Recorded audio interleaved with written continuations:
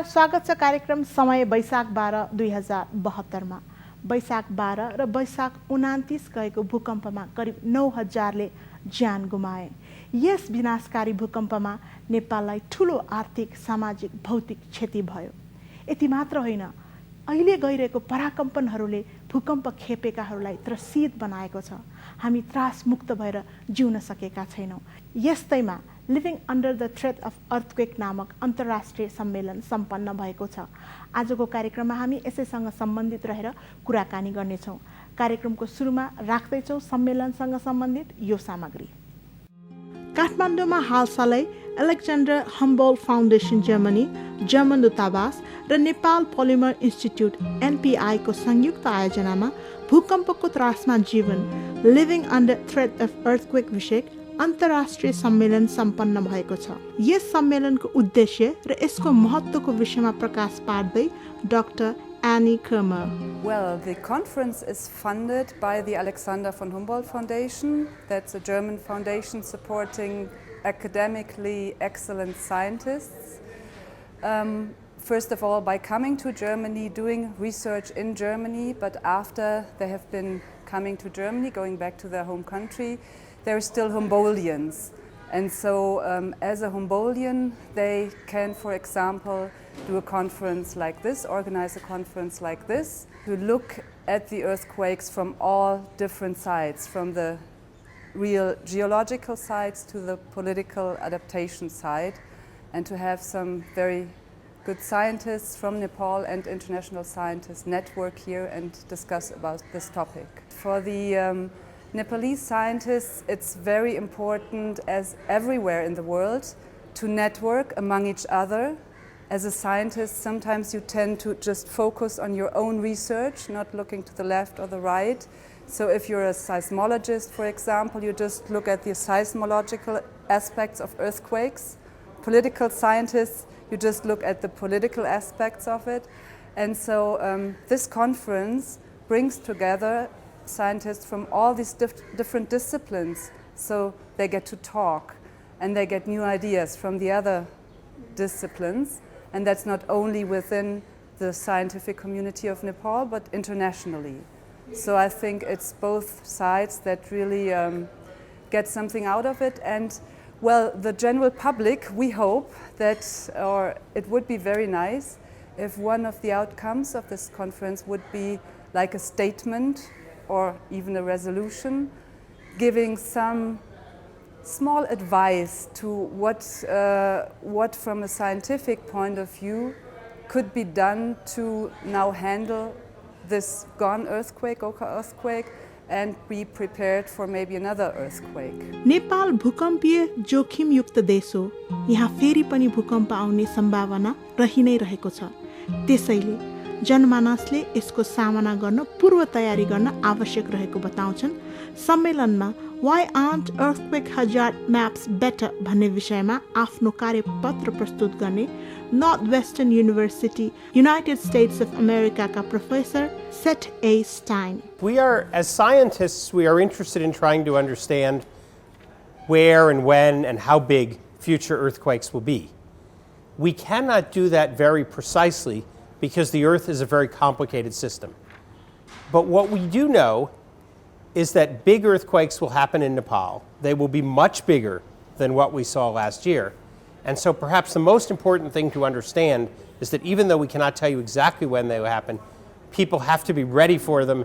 The country must be ready to deal with large earthquakes. यो सम्मेलनमा समाजका विभिन्न विषयगत विज्ञहरू, भूगर्भविद, अर्थशास्त्री, राजनीतिक विश्लेषक, सञ्चारकर्मी, इन्जिनियर्सहरू, स्वास्थ्यकर्मी तथा शिक्षाविदहरूले भूकम्पसित सम्बन्धित रहेर आफ्नो कार्यपत्र तथा अनुसन्धान पत्र प्रस्तुत गरेका थिए। भूकम्प जस्तो विषयमा सञ्चार माध्यमले कस्तो कुरालाई ध्यान दिनुपर्छ भन्ने विषयमा आफ्नो धारणा राख्छन् बेजिङ इमर्जेन्सी रेस्क्यू एसोसिएसन चाइनाका डाक्टर एगाओ। First point is about we do not disturb rescue work.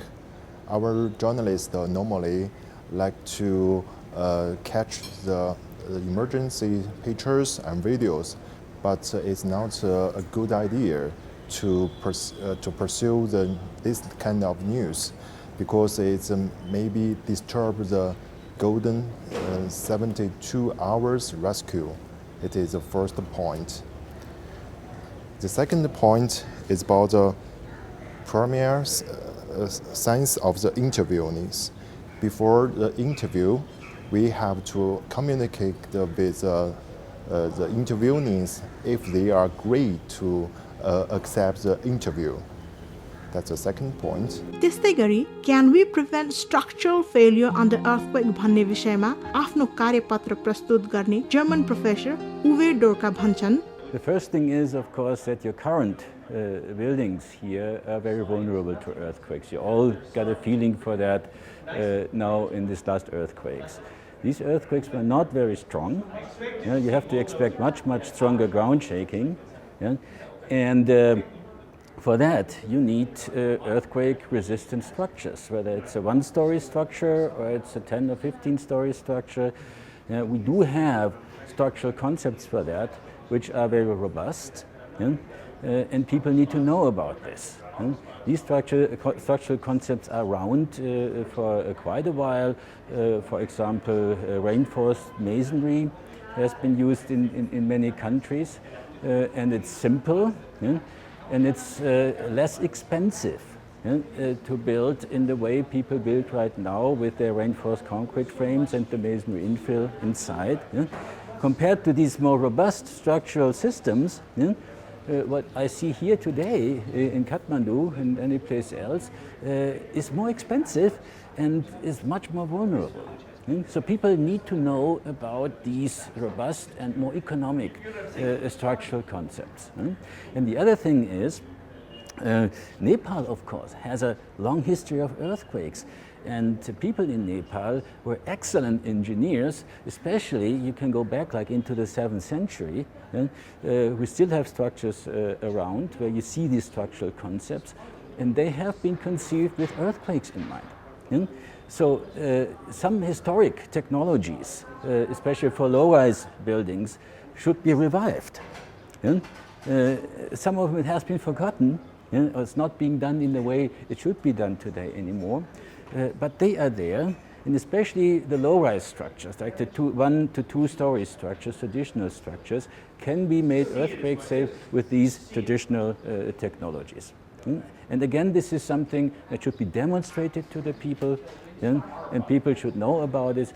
Most of these things are not very complicated, so you don't need to be an expert to build these things. But of course, you need to know how.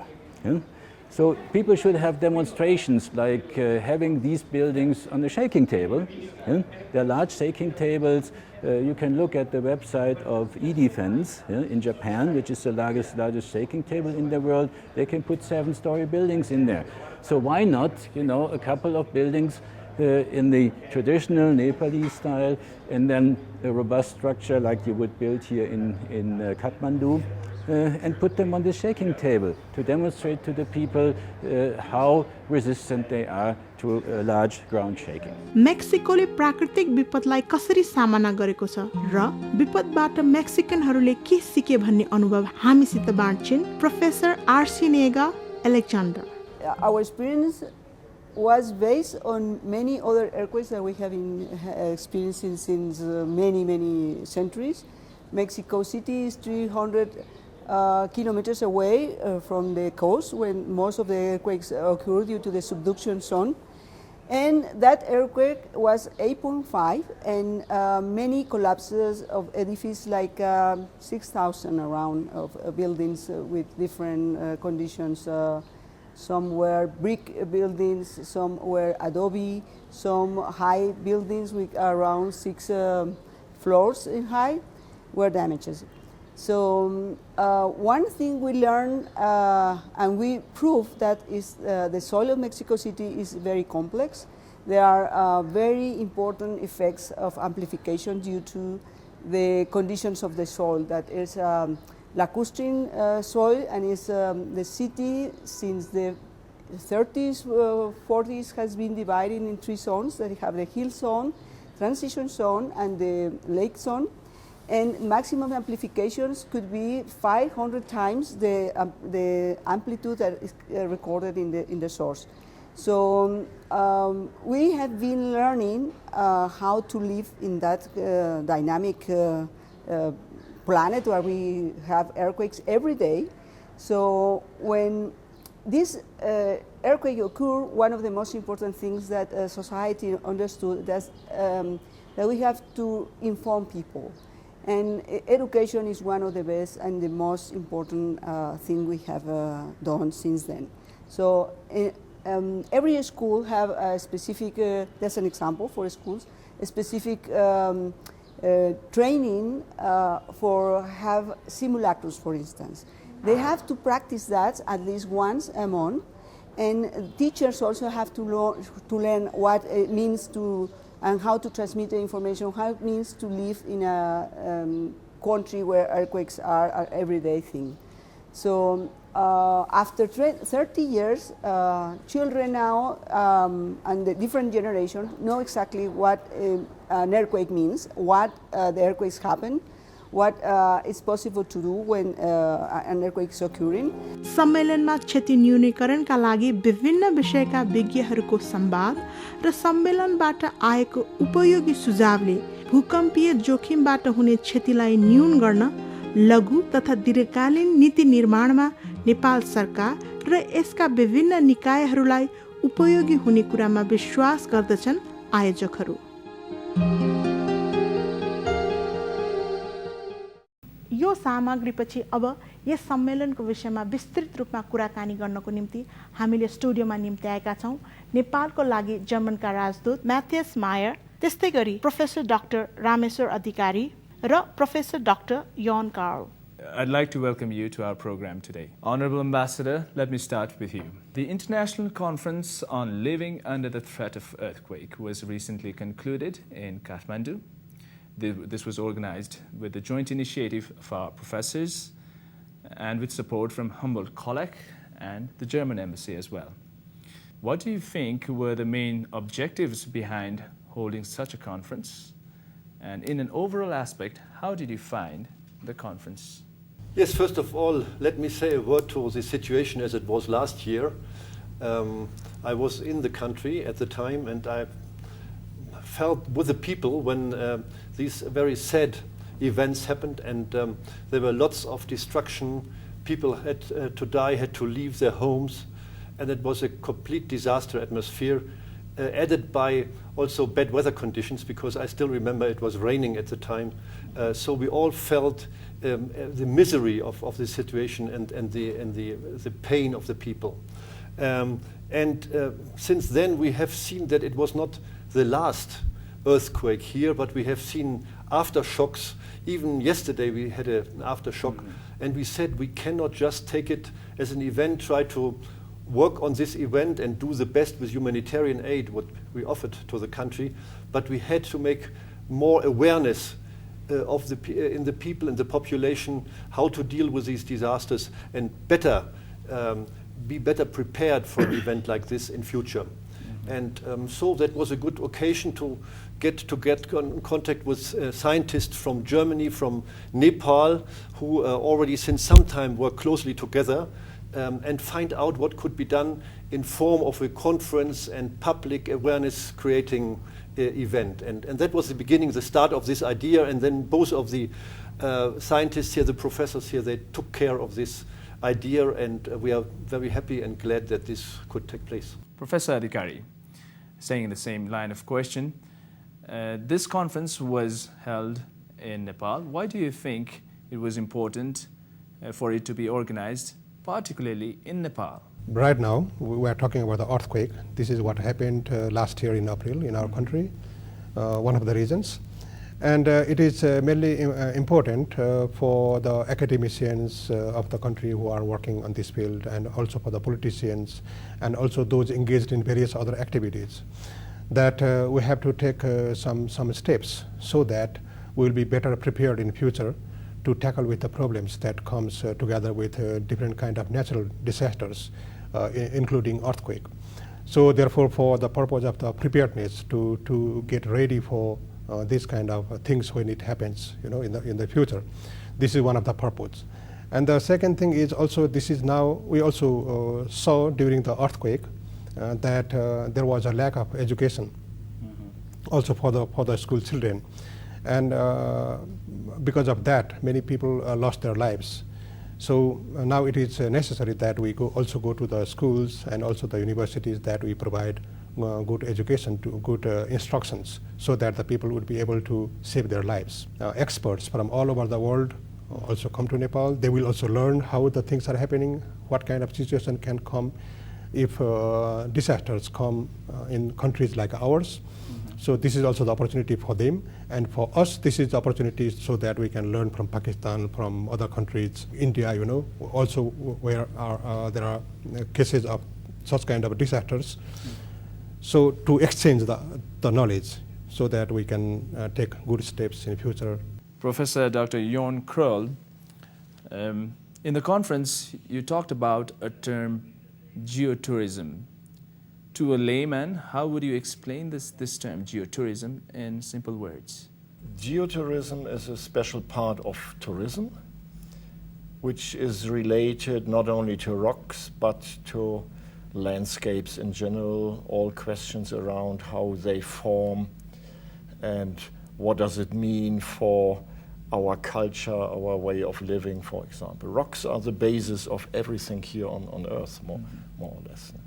And geotourism developed in Europe since many years, and people realize that this is an important branch of geotourism, and it brings jobs. It lifts the tourism in general on a higher level. We talk about educational tourism, for example. People more and more like to get information. They not only want to lie in the sun and get brown or entertain themselves, they really like to use this time of the year to get more information about, for example, landscape, building of mountains and so on. What's the situation in Nepal? You have beautiful mountains, the most impressive on Earth, and you can turn the disadvantage of being in a seismogenic country, the disadvantage of living in a country with many hazards, into advantage. Because on the other side, in addition to all these sad aspects, it's also very interesting, and it really can attract tourists. And it's a type of tourism that doesn't need much money. You don't have to invest so much money. You have to invest training of guides, for example, and you can immediately start. So it's a very simple way to improve tourism in general, and let's say build it on more columns. Your Excellency, what subjects entered discussions during this conference? And among those, which do you think are important for the state of Nepal and its people to adopt immediately? And how do you think they need to adopt them? Yeah, that was the very important question behind, and there were all kinds of topics mentioned, but for me, of course, the political aspect was the most important. How would policymakers have to react to a crisis like this? What they have to do for future in future if these things happen, and what could be done better. Of course, we can point the finger at people and say, you made something wrong, but that was not our idea to do. We wanted to just give some ideas how things could move better. And if I may mention just some very few points, there were some bottlenecks with regard to the help from outside, and regarding a donor country like mine, we tried to get, of course, aid as quickly as possible into the country, and that was going through the airport here. So we were talking about the bottlenecks at the airport, and we understand it's not the biggest airport, but we have to work on that. I think the airport is the very important building within this whole help efforts, and it should be improved very much. And that was one of the points. But political-wise, I think it was important to know how mechanisms could be improved between the central government, the local governments, and the NGOs coming into the country. So to have a better understanding of processes in order to avoid that things would be bringing an obstacle to things entering the country quickly. And that was something which we targeted and which we found out that things had to improve. But in general, if I look back, I have a high respect, first of all, of the people here in the country, because they did really the best they could, help their neighbors, give supply to them, give food to them, and try to help them in the very first moment. And very positive also from what I heard is the role of the army and the role of the police at the very beginning, because they really helped to clean the roads, that things could move on and do the first disaster help and support. So that was positive. The mechanisms later on were really a bit slow and could be improved. And I think that was something which we have to discuss in future also with the organizations involved, line ministries and National Reconstruction Authority. And so we have to find mechanisms which do that better. This conference has recently concluded in Kathmandu. How do you think the results of this conference are going to help the reconstruction campaign that is ongoing in Nepal? The conclusions, the recommendations, these things would be very helpful, in my opinion, to for the authorities who are responsible for the reconstruction activities in future. So it will create, I think it will support to create an environment so that different parties, also the professionals, engineers, and also the academicians, politicians, those involved in economics, and NGOs, so that these will provide some guidelines, some ideas. If we just take a reference of what happened in the last earthquake 90 years ago, at that time, many of the reconstruction works were done, although the things were limited within a year. But in our country now, right now, we have not started many important things. We can make some recommendations based on the conclusions, the ideas that we have got from the conference, and it will help also for them to think about it. Professor Yorn, holding the conference in Nepal related with natural disaster like earthquake, I believe it was the initiative. You were one of the significant persons behind the initiative in holding this conference. What drove you towards holding this program, eventful program in Kathmandu?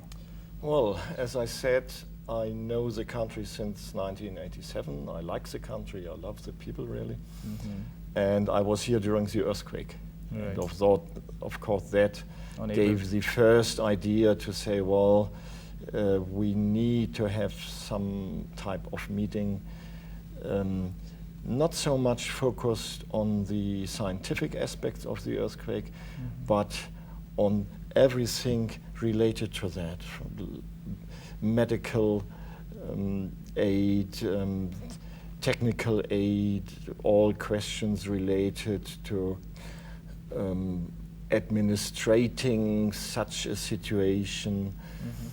And let me say something I realized, I think during all of my stays, I was always impressed by the many little private initiatives in this country, by all the little NGOs, people who just started working, doing something. And that became much more important after the earthquake. And from my viewpoint, it would be very useful to let these people just work, let them go on. They always do little steps. We all know that the best is the enemy of the good. So better to do little steps. And we also know it from all over the world that a centralized system where everything is done from top to bottom doesn't work so well anyway, and in critical situations, definitely not. I think it would be really important to let these people on the bases just work. Don't block them, just let them work. Well, even if the next big earthquake occurs in 80 or 100 years, but this situation of having disasters in Nepal is always present. That goes on. So, and the conference also not only dealt with this single event earthquake, we were talking about the general difficult situation in the country with respect to landslides, for example. They go on all the time. And the earth is always shaking a little bit. And then situation of buildings, the partly critical situation of many of these buildings here. And I saw people living in buildings which just to enter, I would be afraid. But they still live there because they have no other chance. And that should be changed, of course. How do you think the construction model in Nepal, what kind of line do you think it needs to follow to prevent to minimize the risks of infrastructural damage in natural disasters like earthquake? Well, surely you need a good scientific basis. So that means the research in Nepal at the different universities and also in these independent organizations should be supported. In your line of profession, it was very interesting to know that you have also served as a judge. In that respect, how do you think, or what kind of policies should the state formulate that would help in preventing or minimizing the risks related with natural disasters? Yes, I'm not a lawyer in Nepal, of Nepalese right. I mean, I did it in Germany. Maybe that's a bit different. But I started my career with that, and it's a long time ago. It's more than 30 years ago. So I cannot say that I'm actually somebody who is looking into the law sector too much. From my point of view as a former legal person, we cannot avoid the point that on the one hand we say, as you said correctly, we have to leave the people working. They should do the best and try to help themselves also and get some support from outside on a basic level. But on the other side, you need also some regulations. People must know where to move to, what to do, in order to avoid situations that they are completely under these consequences of the earthquake. So, for example, where to build houses.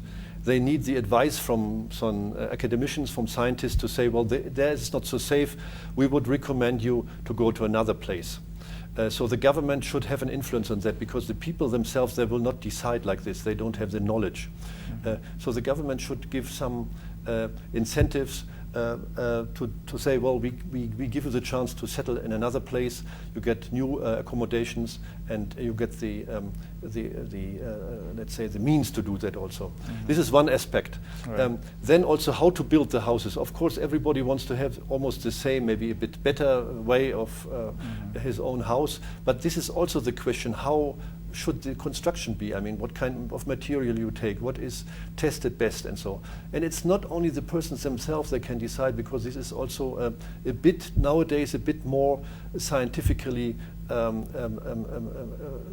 There's science needed to give them the right idea about that. So the framework in general, there must be some not only laws, but let's say rules in a way to tell the people we do that. And it should be not that it comes from the top in a way that you have to obey to the law, but in my eyes it is better to have a dialogue with the people and to try to convince them that things are necessary to their own benefit, and that you have these kind of mechanisms in future also, where the government together with local communities sit together with the local people and discuss this subject, and then try to convince what is necessary, include scientists. I think these mechanisms could be stimulating the whole atmosphere and help to create this awareness of how to protect against future earthquakes. That I could say from my side. Legal framework, as far as I know, here in Nepal you have a lot of regulations and acts. Of course you can have more acts and regulations, but then they themselves, they don't change the mentality, they don't change the landscape. You have to try to get this into the minds of people, and not with imposing it and by trials, but doing it with a kind of convincing people. Professor Adhikari, I come back to you. And now you, as a native of the country in Nepal, what do you think Are the important things the state and the people should both adopt and embrace immediately in a prioritized manner for their safety and to mitigate the risks of natural disasters? We all have the very important roles, but the most important and the foremost role has the government. The government has to not only make the rules, regulations and so on, but they also have to implement. If they act, then the people will cooperate. So there should be a good communication between education sector, NGOs, government authorities. There is no question, there should be a good communication also. And the government should take steps so that the things which are already laws, regulations and so on, they are enforced, they are implemented. Professor Adhikari, this eventful conference has recently concluded in Kathmandu. What do you think were the notable outputs that came out from this conference? To name some of the things in general, I would say, so in any kind of disaster situations, including earthquake, we were not prepared. We were not well prepared. So general public were not well informed. They did not know how to save themselves. So one of the conclusions is that we have to be prepared, and for that we need education, we need communication between the NGOs, government, technicians, engineers, scientists. There should be a good network. Lessons that we learned from the conference is that also learning from the past, we should make some plans, and we should make the concerned authorities, societies work in a coordinated way. Yeah. Both of you professors are also you specialize in research, I believe. How do you think this conference has helped in this field of research into natural calamities like earthquake? I think first it showed that it doesn't help if you do research in a single field. I think it clearly showed, presented again, which is of course already known, but not quite often really performed. It showed that the scientists from the different fields have to cooperate. They have to work together, and specifically an event like an earthquake shows that there are so many reasons and so many effects on that there's no way around cooperating and bringing scientists together, for example. And then, of course, science has to go to the people. Science has to always has to show that the results are applicable, what's the use of it, what's the benefit for the country. Because scientists I'm paid from taxpayers. My salary comes from taxpayers. So it's my duty to do something for them, give something back, of course. I'm not just working for fun, that's not the point. Although it's definitely enjoyable to do research, I don't deny that. Nepal is rich with respect to natural resources, solar energy, water. You have fresh water. It's excellent for agriculture, for farming, for example. So the country has many advantages compared to other countries in the world with respect to climate and natural resources. They only have to be used. And Nepal is also rich with respect to the society and to the population, which is very much inclined towards education, for example. And so I think all this can be used. You talked about the abundant means and resources in Nepal. It is imperative for us to preserve these resources, especially at times like earthquakes and natural disasters. What initiatives can we take towards making the step of preserving these resources?